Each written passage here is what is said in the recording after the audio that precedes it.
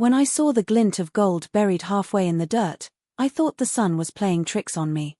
But the second I bent down and brushed away the soil with my fingers, I knew exactly what I was looking at. My heart slowed, then raced. It was my mother-in-law's wedding ring, the one she'd lost 30 years ago. I swear for a moment, I could still hear her voice trailing across the backyard, calm but firm, from the day she told us, "It's gone, and maybe it was meant to be." None of us dared question it back then. But holding that ring in my hand now, I felt something tightening in the air, some truth waiting to be spoken after too many years of silence. The gold was dull and nicked, but the pattern was unmistakable, two delicate vines wrapping around each other, small diamonds set like dewdrops. I remembered how she used to twist that ring whenever she got nervous, her thumb rubbing against it absently during arguments or quiet phone calls she never explained. I used to admire how she carried her grace like armor. But at that moment, under the autumn light, the memory of her smile began to feel different. I could feel my knees weakening, the trowel hanging loosely in my dirt-stained hand. I called out for Daniel, my husband, but my voice cracked. He was inside the house fixing the curtain rod, something he'd been promising to do for weeks. When he finally stepped onto the porch, wiping his hands with a rag, I just stood there, the ring open in my palm like a secret too heavy to hold. "Where did you find that?" His voice was low, tense. "In the garden," I said. "Behind the hydrangeas." His brow furrowed, and I knew right then he recognized it too. The change in his eyes was subtle, shock, disbelief, and something I couldn't name, something buried deep. For a long moment, we just stared at each other. The air between us felt brittle. That ring wasn't supposed to exist anymore. Before that afternoon, I would have told you our lives were simple, quiet, even. Daniel and I had been married for 15 years, living in the same house his parents once owned, tucked at the end of a sleepy cul-de-sac in Maryland. Our mornings began with the smell of coffee and the low hum of the radio. I worked from home as a part-time therapist, taking calls in my small office with the lavender walls. Daniel spent his days at the community repair shop, fixing what other people threw away: broken clocks, chipped tables, memories that needed patience. Family was always close by. My mother-in-law, Patricia, had lived just down the road until 3 years ago, when her heart finally gave out on a warm April morning. She'd been a stern woman but never cruel. Her kind of love came wrapped in silence, folded laundry, packed lunches, a hand on your shoulder instead of words. That I didn't always understand her. We weren't alike. She was a woman of control, I was one of questions. But over the years, I grew to admire her steadiness, her quiet grace. Even when her husband passed, she never broke down in front of anyone. Daniel said she did her crying alone, behind closed doors, where no one could see. Sometimes, though, she would talk about that lost ring, the one she must have dropped somewhere in the yard. She'd say it with a wistful chuckle, like a story about youth and clumsiness, but her eyes often drifted elsewhere when she did. Not nostalgic. Worried. I didn't think much of it. Families have their small mysteries. What matters is the living, the dinners, the birthdays, the ordinary hours that stitch people together. After Patricia's death, Daniel and I kept her memory alive the way people do. We tended her flowers, used her recipes, even adopted her garden routines. Every spring, I'd kneel by the back fence and talk to the soil the way she once did. "Be good to me this year." It became my little ritual of gratitude. Perhaps that's why I found the ring, because I was doing something she loved. The day I discovered it, the world had been perfectly normal.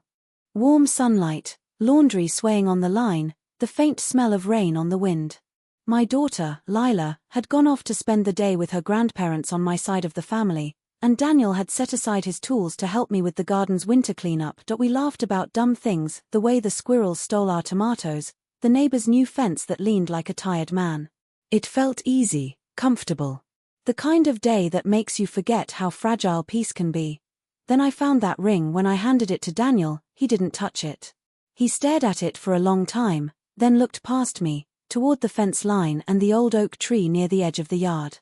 I thought maybe he was remembering his childhood, maybe trying to recall if his mother had dropped it there decades ago. But what he said next was quiet and strange. "She never came this far into the yard," he murmured, almost to himself. "She hated this side. Always said it was unlucky." I frowned. "Unlucky?" "Yeah," he said, his voice distant. "She used to ask me not to play here when I was little. That was odd. Patricia wasn't the type to believe in superstition. I almost laughed, but something stopped me. Do you think we should tell your sister? I asked after a moment. Maybe she'd know, he said sharply, surprising me. Not yet. I felt my chest tighten. Why not? He hesitated, his jaw tense. I want to think first about what this could mean. I stared at him, confused. It's a ring, Daniel. Your mother's ring. But he shook his head, his voice falling into something that sounded closer to fear. It's more than that. Then he turned and went inside, leaving me alone with the wind rustling the trees behind me, the ring cold and heavy in my palm. Something in my stomach turned over. For the rest of that afternoon, Daniel barely spoke. He stayed in the den, the door shut, the sound of the television too loud for the empty house. That night, as we ate dinner in silence, I caught him glancing toward the backyard window more than once. That night, the air between us was heavy with things unsaid. Every small sound, the clink of the cutlery, the hum of the refrigerator, the faint creak of floorboards, seemed louder than it should have been. Daniel ate quietly, pushing his food around more than eating it. I watched him in the muted glow of the kitchen light, trying to understand what held him so tightly in thought. It wasn't just surprise. Something else was there. A kind of dread. After dinner, he went straight to bed without saying goodnight.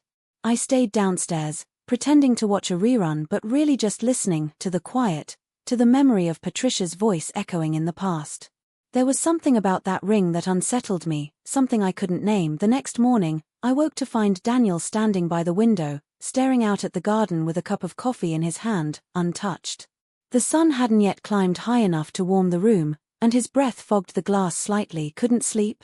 I asked. He didn't look at me. Barely. I stepped closer, touching his shoulder.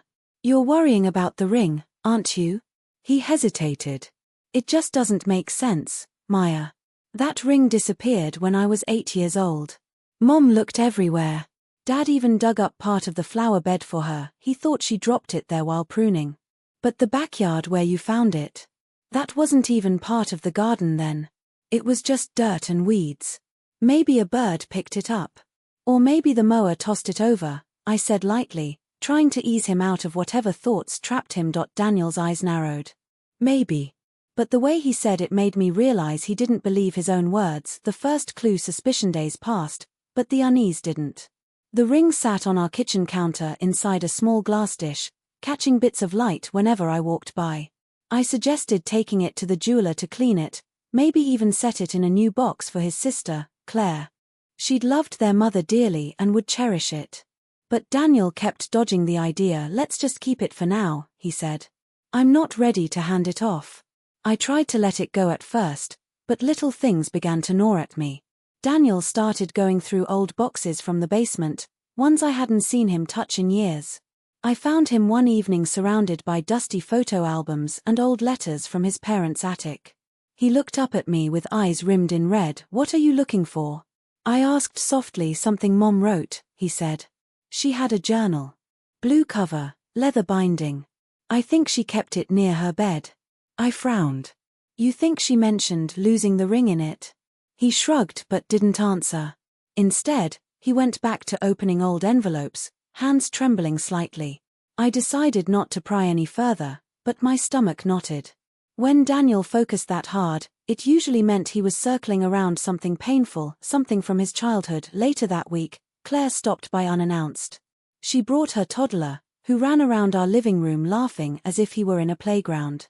Claire herself was always so cheerful, her energy filling any silence. But when I showed her the ring, her whole face went still. Where did you get this? She asked. Too quickly. In the backyard, I said. Behind the hydrangeas. For a split second, she looked like she wanted to speak.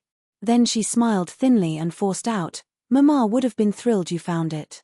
Her gaze, though, flicked to Daniel, who stood by the doorway with his arms crossed. There was something in their silent exchange, something that prickled the back of my neck. After she left, I asked him, what was that about? What was what? You two looked like you were having a conversation without words. Daniel avoided my eyes. You're reading too much into it. Am I? I wanted to argue, But the fatigue in his expression stopped me. He wasn't just lying to me, he was protecting something. 2 nights later, I heard Daniel's phone buzz around midnight. He slipped quietly out of bed, taking the call in the hallway. His voice was low, urgent. "Yeah, I found it." "No, she doesn't know anything yet. I'm trying to figure out how to tell her."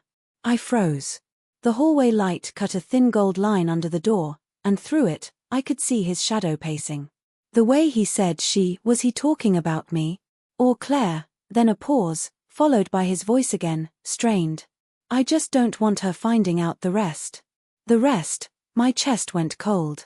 I should have gone out there, demanded answers. But something told me to wait, to listen. He hung up soon after and came back to bed.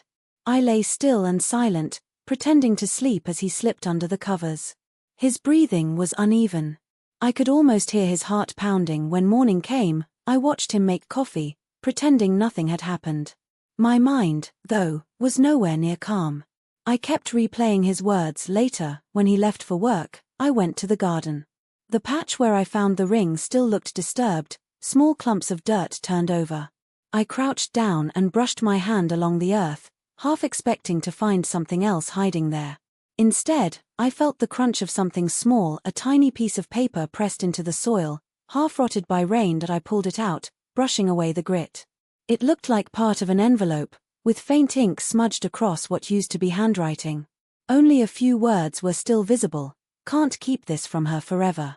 The handwriting was unmistakably Patricia's. I sat there frozen, the sound of the wind and birds fading into nothing. That note couldn't have been from recent years, which meant whatever it referred to had been buried, literally and figuratively, for decades. That night, I didn't confront Daniel. I needed to think. To piece together what his mother might have been trying to hide, and why Daniel seemed so afraid of me finding out. The next morning, a storm rolled in, early, thick clouds hanging low and heavy over the house.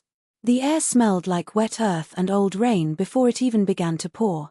I made breakfast quietly, though neither of us seemed hungry enough to eat.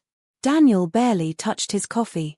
He just sat at the table, staring out the window at the yard, his thumb rubbing absently over the rim of the cup. I couldn't take the waiting anymore. "Daniel," I said softly, breaking the silence. "I found something else out there. Near where the ring was." His head jerked toward me, eyes wide and wary. "What do you mean?" I slid the folded scrap of paper across the table. It was still damp from the soil, its edges frayed, but the words were legible enough now. "Your mother wrote this," I said. "Can't keep this from her forever." What was she talking about? His face drained of color. For a long moment, he didn't speak, just stared at those faded words like they might bite.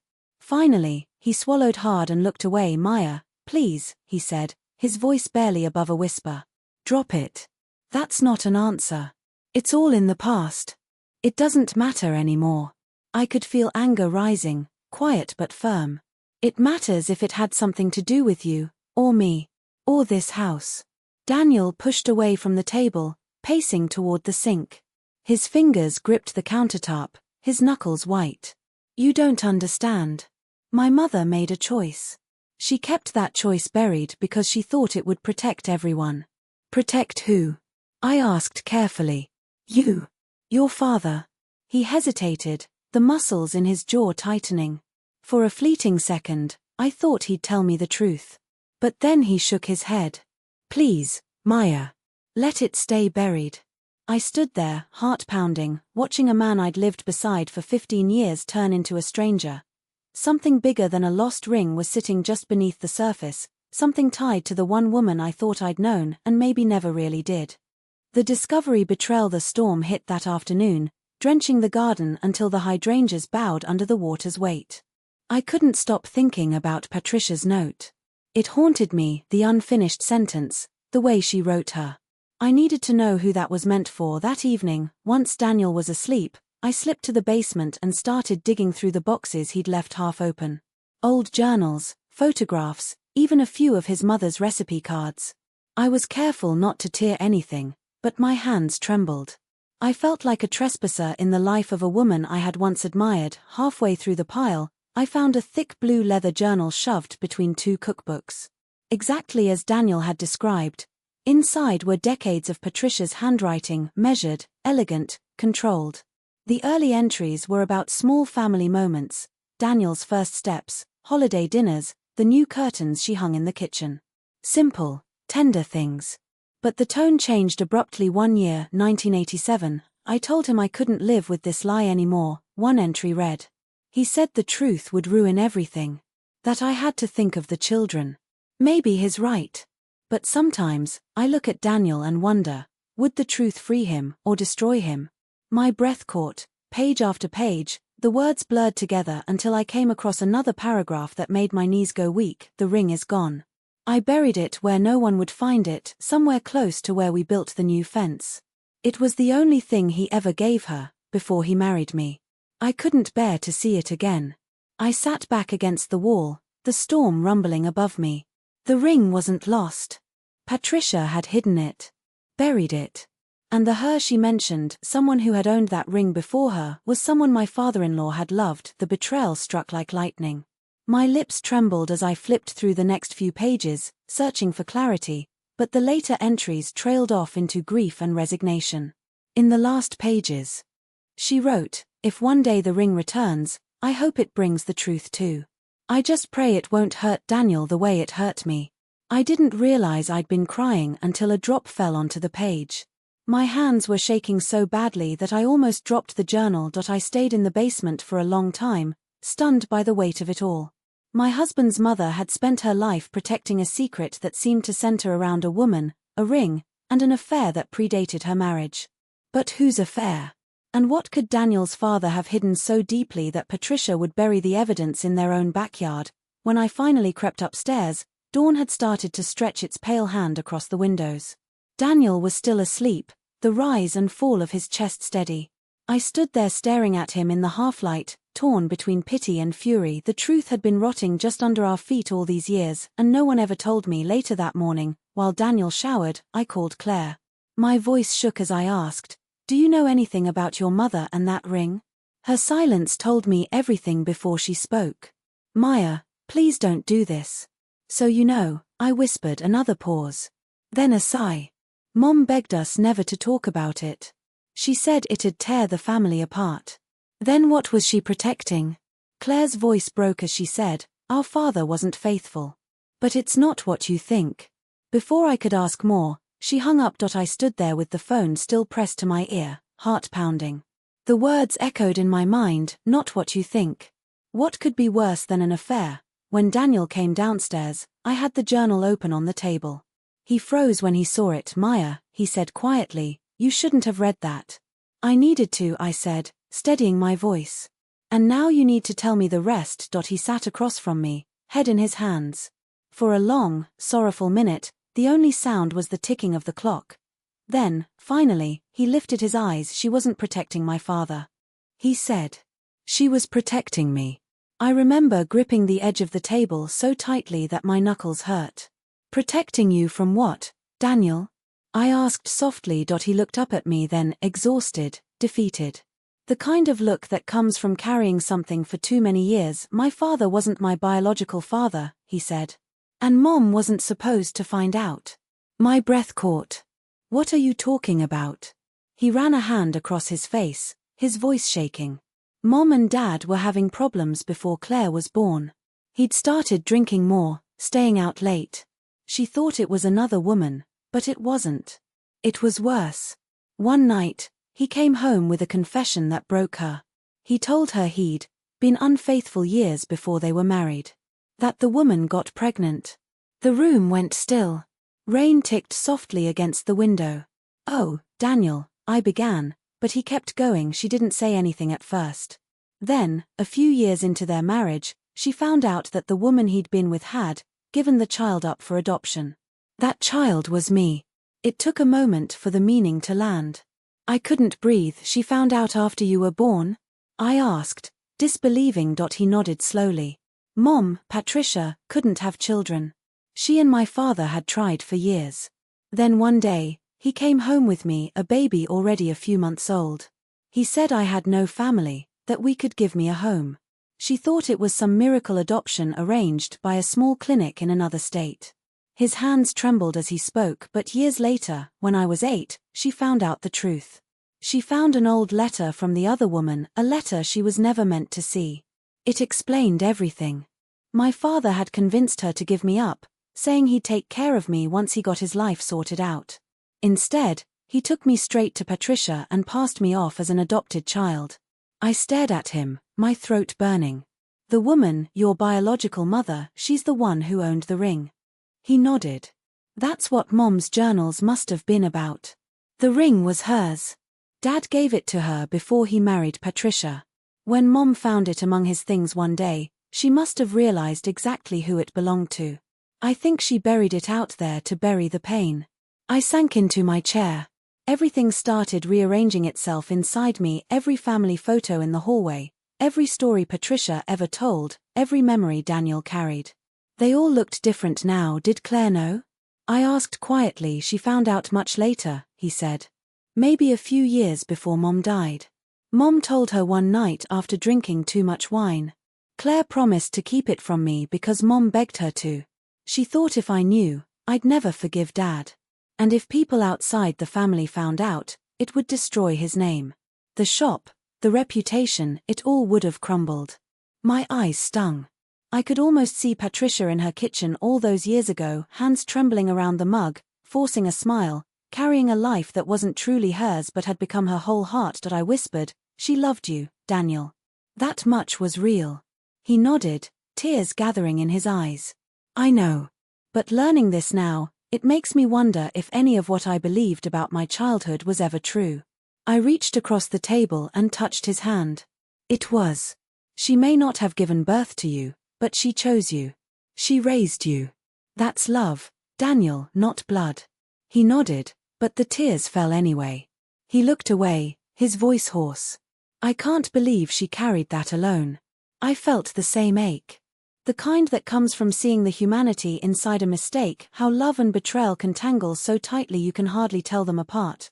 The reaction over the next few days, Daniel seemed to move like a man walking through fog.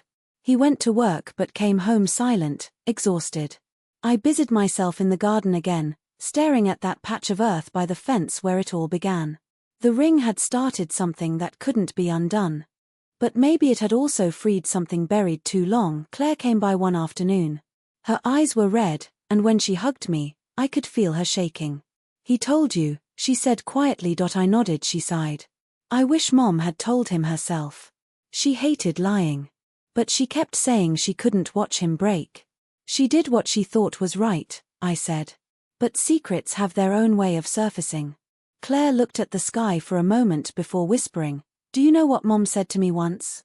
She said she didn't bury the ring because she hated the past, she buried it because she couldn't forgive herself for keeping his truth hidden." That stayed with me long after she left. That evening, I found Daniel sitting on the porch steps, staring at the twilight. I walked over quietly, wrapping a shawl around my shoulders. The sky had that soft blue tint of early evening, and the cicadas hummed somewhere near the trees. He said without turning. I looked up the adoption records. My biological mother's name was Eleanor Ford. And? I asked, hesitating. "She passed away 10 years ago," he murmured. "In a nursing home 2 towns over." I squeezed his shoulder gently. "Did you want to meet her?" He shook his head. "It's too late. But I'd like to find out more. Maybe visit her grave." We sat in silence. The smell of wet earth still lingered from the storm that morning. After a while, I said softly, "Maybe your mother, Patricia, wanted you to find the ring someday. Maybe that was her way of giving you the truth after she was gone." He leaned back and let out a breath that trembled slightly. "Maybe." Then he slipped his hand into his pocket and pulled the ring out. It glinted gently in the fading light. "I don't think she'd want me to hide it again. What will you do with it?" I asked. He looked down at the ring, thoughtful. "I want to restore it. Clean it up. Then, maybe I'll leave it at Eleanor's resting place. It belonged to her once." The words caught me off guard in their quiet grace. It was an act of forgiveness without needing permission. It felt like the beginning of something gentler, the first step toward balance after so much silence. The next week unfolded quietly, almost too quietly. Daniel began spending long hours in the garage, working on small repairs no one had asked for, fixing old hinges, repainting a worn stool, sanding an old chair leg.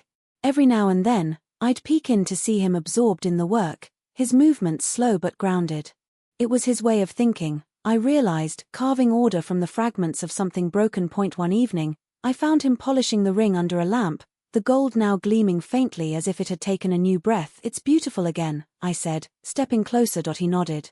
"It doesn't feel like it used to, though. I don't think it ever belonged to the life we built." There was no bitterness in his tone this time, only calm acceptance. That small glimmer of peace felt like a quiet triumph after all the storms. A few days later, Daniel asked if I wanted to come with him to visit Eleanor Ford's grave. I said yes. The cemetery was on the outskirts of a small town, tucked beside a faded church with weathered white paint. The sun was setting when we arrived, stretching long amber lines through the iron gate. Daniel held the ring carefully in his hand as we walked among the headstones until we found her name carved into a small, modest stone. Eleanor Ford. 1945 to 2015. Beloved mother, teacher, dreamer. He stood there for a long time without speaking. The breeze moved through the tall grass around us, scattering small leaves over our shoes. Finally, he knelt, set the ring gently at the base of the stone, and whispered something I couldn't fully hear. But I caught the last few words: "Thank you for letting me live." I stepped back to give him space. Tears burned at the edge of my vision. There was a strange beauty in that moment, a man bridging two lives with a single act of grace. When he stood up, his eyes were red. But his shoulders seemed lighter. He reached for my hand, and we left the cemetery in silence, the world strangely quiet except for the soft cry of birds settling in the trees. The public consequence, the truth, as it always does, found its way beyond our home. Claire eventually told her husband. Then others in the family began whispering, first with sympathy, then with curiosity. The story became a kind of open wound that everyone wanted to look at but no one wanted to touch. At a family dinner 2 weeks later, Daniel faced them all for the first time since the revelation. We gathered at his late mother's dining table, the same one she had polished with lemon oil every Sunday. The buzz of conversation dimmed when he spoke.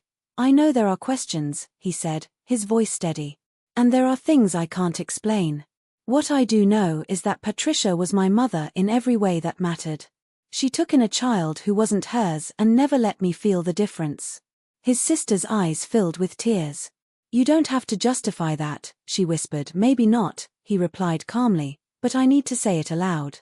Because she deserves that truth to be known, not the whispers." A few nods circled the table. What surprised me most was how quickly judgment turned to understanding. Perhaps it was because Patricia had meant so much to all of them. Perhaps it was because seeing Daniel's steadiness reminded everyone that family is more choice than circumstance. Later that night, as the guests left and the house grew quiet again, Daniel exhaled and leaned against the wall. "It's strange," he said softly. "I thought exposing the truth would tear everything apart. But it feels cleaner. Like soil turned over after a storm," I said. He smiled faintly. "Maybe that's what Mom always meant.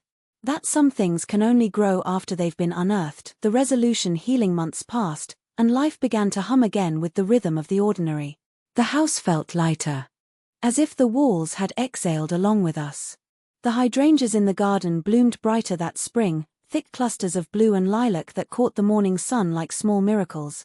Daniel built a new bench near the fence line where I'd found the ring, a quiet corner shaded by the old oak tree. Sometimes, we'd sit there in the evenings, just listening to the wind move through the leaves. One day, he surprised me with a small wooden box he'd carved himself.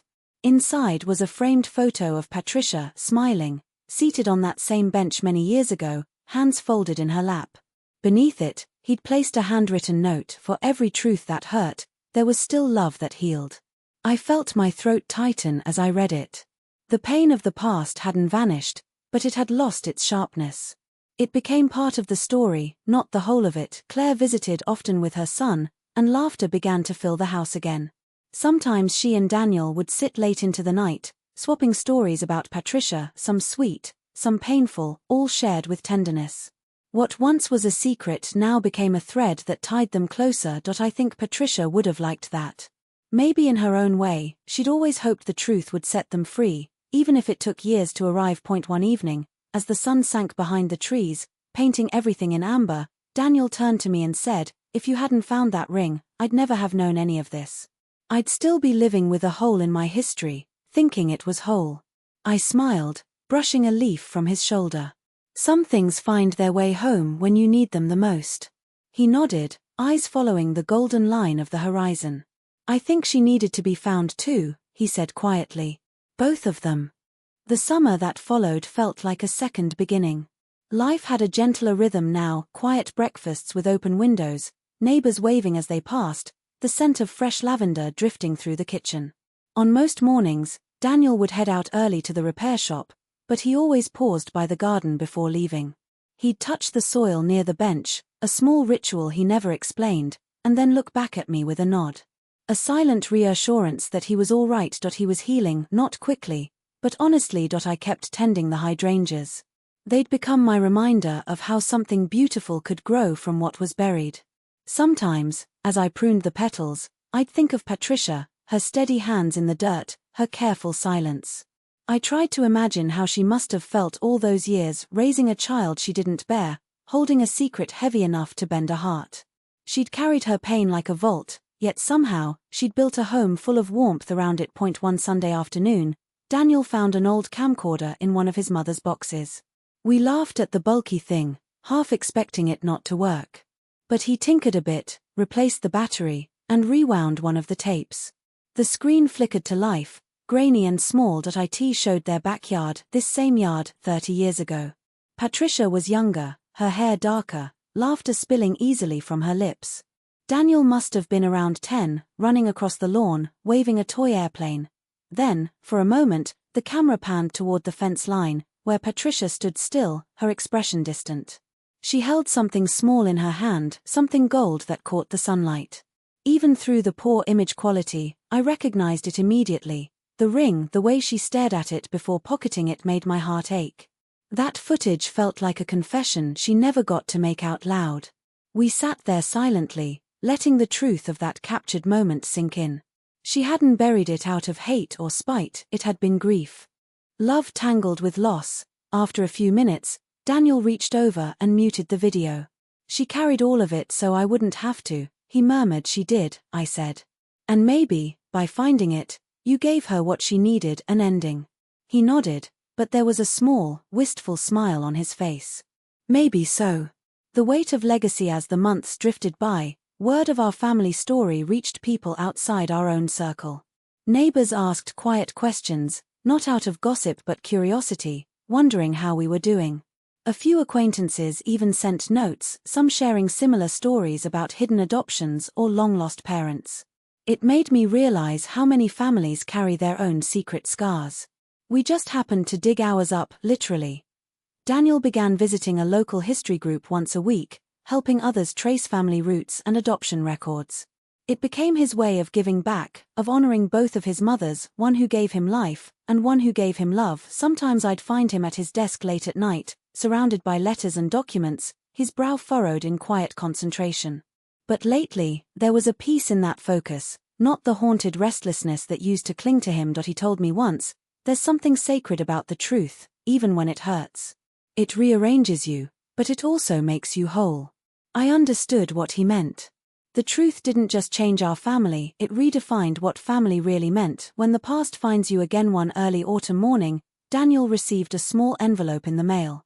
The return address was a law firm from the neighboring town. Inside was a letter from a woman named Margaret Ford, Eleanor's younger sister. She'd found out who Daniel was through the updated adoption files. Margaret wrote, "I knew about you. My sister used to talk about the baby she couldn't keep, not with anger, but with love. She said she prayed every day that whoever took you in would be kind. Reading about you now, I think she'd be proud."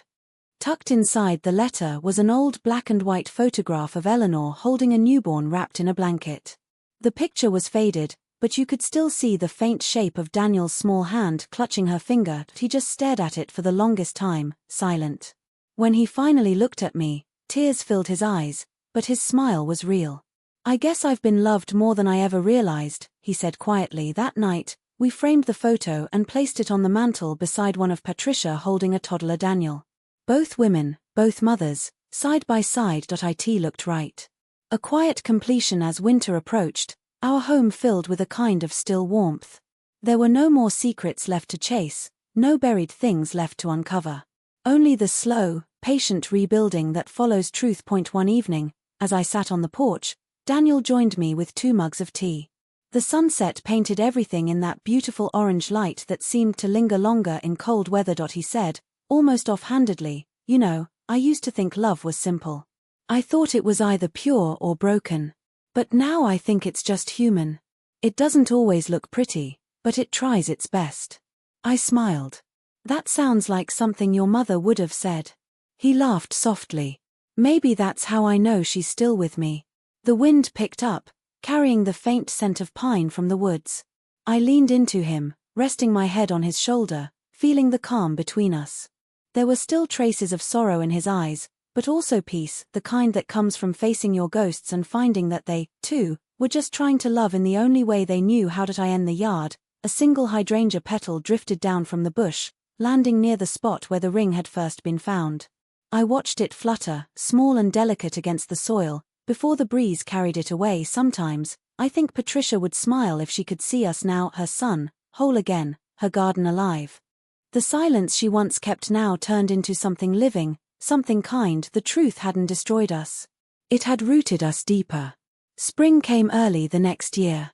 The mornings turned warmer, soft sunlight spilling into our kitchen before the clock even touched 7. Life felt ordinary again, peacefully so. But ordinary didn't mean forgetful. Some things stayed with us, not as wounds, but as quiet echoes reminding us where we'd been. Daniel had started teaching a woodworking class at the community center downtown. It wasn't a big thing, just a handful of students, some retirees, a few young men trying to learn the craft. But I saw how much it grounded him. Every time he came home smelling of sawdust and varnish, a small smile played at the corner of his lips. He had found something to give, and that steadiness looked good on him. One Saturday, I sat in the garden journaling while he worked on the fence. The smell of fresh-cut grass hung in the air, and the faint buzz of a bee drifted past. A moment of quiet domestic peace, the kind you don't plan for, but happen into. I looked at the patch where the ring had once been buried and found myself tracing its outline again in memory. That small discovery had disrupted everything once, our marriage, our history, our understanding of love. But now it had become a symbol not of loss, but transformation. I had gone from resenting what the ring unearthed to being grateful for its honesty. Funny how time softens even the sharpest edges. Daniel called from across the yard, "You know, we never fixed that patch right. It still dips in when it rains." I laughed. "I like it that way. It's honest. It reminds me not everything has to look perfect to be right." He grinned at that, leaning on the shovel. "You sound like Mom. She always said imperfections were proof of life. I think she'd be proud of you," I said. He looked at me for a moment, eyes soft. "I hope so." A visit to the past later that month, Daniel got a call from Margaret Ford, the sister of his biological mother. She told him she had more of Eleanor's things packed away in her attic, letters and photos that might belong to him. He hesitated at first, unsure whether to visit, but eventually agreed. When he returned, his face was unreadable. He set a small cardboard box on the kitchen table, its edges frayed with time. Inside were neatly tied bundles of letters, a few newspaper clippings, and a knitted baby blanket, yellow with little white edges. "She kept some of my things," he said quietly. "Even wrote to the agency asking about me every year until they stopped replying." I touched the envelope on top, a letter dated 2 years after his birth, addressed simply, "To my son, if he ever finds this." Daniel opened it with careful hands, unfolding the paper. The handwriting was slanted, strong. "My dear boy," he read aloud, "I hope you're somewhere warm. I hope whoever holds you now loves you gently. If I ever get to meet you again, I just want you to know I didn't give you away out of shame. I gave you away out of love. I couldn't give you the life you deserved then, but not a day goes by that I don't wish I could have watched you grow." His voice broke near the end. I reached for his hand, and he didn't pull away. The years between that letter and him seemed to collapse, as if the child she wrote to and the man sitting beside me had finally, somehow, met each other. He sat there for a long moment afterward, the silence heavy but not empty. "I guess she loved me too," he said eventually. Even from afar. She did, I whispered. You were loved more than you thought. After that day, Daniel placed that letter in a frame beside the one his mother, Patricia, had written to him before she passed. 2 mothers, 2 voices, both loving him in different ways, each choosing him, each protecting him as best they knew how. The strange symmetry of it all stayed with me. How life finds ways to balance the unbearable. The garden and the ring. The garden had become our sacred space by then. I planted new hydrangeas that spring, a pale blush pink beside Patricia's blue ones, the colors mingling like old friends. One afternoon, while planting, I found a small old coin buried close to where the ring had once lain. I turned it over in my palm, smiling at the thought. It felt like Patricia was still leaving little reminders for us to find, pieces of her care woven into the soil itself. That evening, I slipped the coin above the mantel beside the photos. Daniel saw it later and laughed. You think we're done with surprises from the past? I think the house just wants to keep telling its stories, I said. And maybe it should. He leaned over and kissed my forehead lightly. You should have known I married the kind of woman who befriends ghosts. Only the kind that taught us how to live. I teased that it was strange how a story that began with sadness had become a kind of peace. Patricia's secret had once felt like a betrayal, but now it felt like love expressed in the only language she had known, protection. The ring had not ruined anything. It had pulled the roots of truth up into the open light, where they could finally breathe. A change in the air. One weekend in late May, we invited Claire and her little boy over for dinner. He ran through the house laughing, his small hands full of garden petals he wasn't supposed to touch. Claire sat with me on the porch as we watched them play in the yard, father and nephew, laughter bouncing between the fences. You ever think about how it all started? She said softly. That one ring? I nodded. Sometimes I think Patricia knew exactly what she was doing. Maybe she buried it so that someone would find it at the right time. Maybe, she said, smiling gently. Mom always believed timing was God's handwriting. The sky began to darken into a soft violet, the world slipping into quiet. By the fence, Daniel picked up his nephew and spun him around. Their laughter echoing through the air in a sound that rang of healing, a sound that said, we made it. We're still here. That night, after everyone left, I walked through the garden one last time before bed.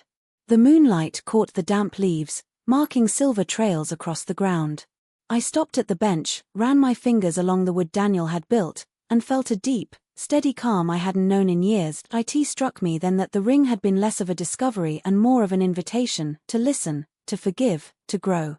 What it had unearthed wasn't just a secret, but a truth that allowed us to rebuild, and in the end, maybe that's all anyone can hope for, to turn what was lost into something living again. That summer was the warmest I could remember. The house wore a different kind of quiet now, not the tense kind that follows secrets, but the peaceful sort that comes after confession. You could feel it in the air, like the slow hum that follows rain when everything glistens and breathes again. Daniel was the one who said we should host a small gathering. It's been too long since there was laughter in this house, he said. So we did. Just family and a few close friends, nothing fancy. We set up a table under the oak tree in the yard, the same one by the spot where I had found the ring. Fairy lights twinkled above us, strung between the branches, and the night smelled of barbecued corn and rosemary from the garden. When everyone arrived, Daniel told them the story not as a wound, but as a memory. He spoke softly, with the slow rhythm of someone finally ready to own the past. I used to think my life began here in this house, he said, his eyes tracing the roofline against the fading light. I didn't realize it began long before, with a choice one woman made out of pain and another made out of love. He paused, glancing toward his sister, then at me. For a long time, I thought finding that ring only hurt us. But now I see it healed more than it broke. My mother. Both of them loved me the best they could. That's enough for me. No one spoke after that. Even little Tommy, the toddler who never stopped talking, was quiet for a moment, as if the air itself understood what was being said. Then Claire reached across the table and squeezed Daniel's hand. It's more than enough, she said, her voice thick. You were lucky to be loved twice. I felt my own eyes sting, and for a second, I looked up toward the stars threading through the dark sky.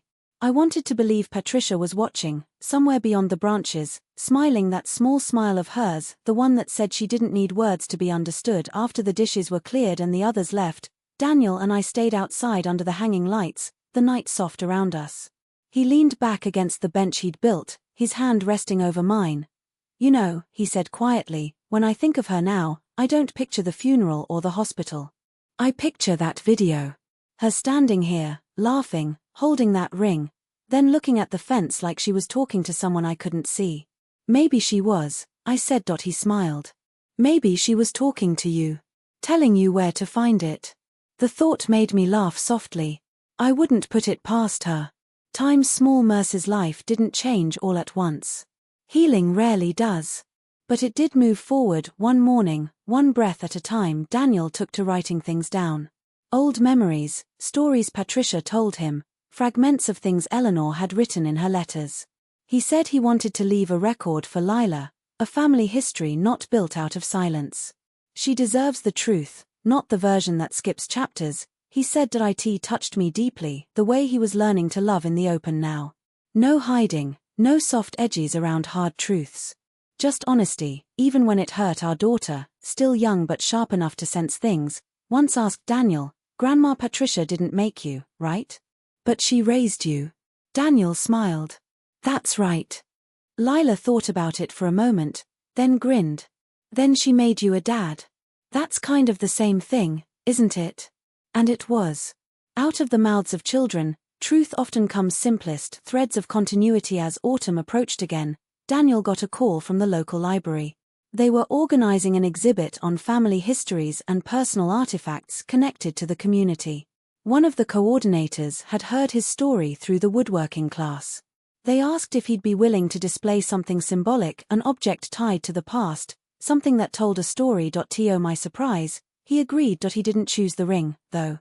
That had stayed at Eleanor's grave, quietly completing its purpose. Instead, he chose the small wooden box he had carved after restoring the ring, the one that contained Patricia's photograph and the note she had left. On the evening of the exhibit opening, he placed it on a display pedestal with a simple plaque that read, "Love, Restored. The story of two mothers and one home." People stopped to look, to read, to ask gentle questions. And Daniel, no longer guarded, answered them with calm grace. Watching him that night, I realized the grief had turned into something larger, a kind of quiet strength that others could feel too. When we came home, I noticed he left the exhibit tag on the table instead of throwing it away. Later, he framed it and hung it near the hallway mirror where Patricia's old clock still ticked softly. It felt right. As if the circle had finally closed, full circle. One morning, months later, I woke to find Daniel already outside. The first frost had touched the hydrangeas, turning their colors into pale whispers of themselves. He stood under the oak tree, hands in his pockets, just looking at the garden. I joined him quietly. "Winter's early," I said. He nodded. "It feels peaceful though." We stood there, side by side, watching the light climb over the fence, soft and gold. It rested on the spot where the ring had once been. Where so much had begun. After a long silence, Daniel said, "I used to think finding that ring was the worst day of my life. Now I know I just found what was already waiting for me." I slipped my arm through his. "Sometimes the past doesn't haunt you," I said softly. "Sometimes it comes home." He smiled faintly. "You sound like Auntie May when you say things like that." "Maybe she learned from me," I teased. The laugh that followed was quiet but full, carried on the cold morning air like a whispered prayer of thanks. That day, when I watered the last of the hydrangeas, a small sliver of something metallic caught my eye between the leaves. For a moment, my heart skipped, the old instinct rushing back, but it was only a bottle cap, glinting in the sun. Still, I picked it up, gave it a small smile, and tucked it into my pocket just in case. Because now I knew, sometimes, buried things come with stories we're finally ready to hear. Time passes, but the echoes stay. I still walk through that backyard some mornings, barefoot, coffee in hand, and I think about how one small shimmer in the dirt changed everything. It reminds me that truth never really disappears. It just waits, quietly, patiently, for the right hands to uncover it. My mother-in-law once told me that every garden keeps its own secrets. Back then, I thought she meant rabbits or roots, but now I understand. She meant the kind we plant in silence, believing they'll never sprout. But they do, in time. And when they surface, they don't destroy us, they make room for something new to grow. Sometimes I wonder if Patricia knew it would all come full circle, if she hoped the ring would find its way back into our lives when we needed it most. Maybe she trusted life to deliver her truth when her voice could no longer do it. Maybe she knew that love isn't measured by perfection, but by what we choose to forgive. If you've ever found yourself holding a truth you didn't ask for, the kind that rearranges everything you thought you knew, maybe this story is for you. Maybe you'll see that not every secret is meant to be hidden forever. Some are meant to heal, even if they break a little on the way out. And if you've ever looked into the mirror of your family and seen cracks running through generations, remember, those cracks let the light in. They let you see what was hidden, yes, but also what was still good, still worth keeping, because in the end, the things we uncover don't just tell us where we came from. They show us who we are brave enough to become. Would you have buried the truth to protect the ones you love, or would you have let it surface, no matter the cost? Tell me in the comments below. I'd love to hear your thoughts, your stories, your truths. And if this story touched your heart, don't forget to like, share, and subscribe for more stories like this on my channel. Your comments keep these tales alive, and your support, your shares, your super thanks mean more than you know. Thank you for listening, family. Until next time, take care, love gently, and keep your hearts open.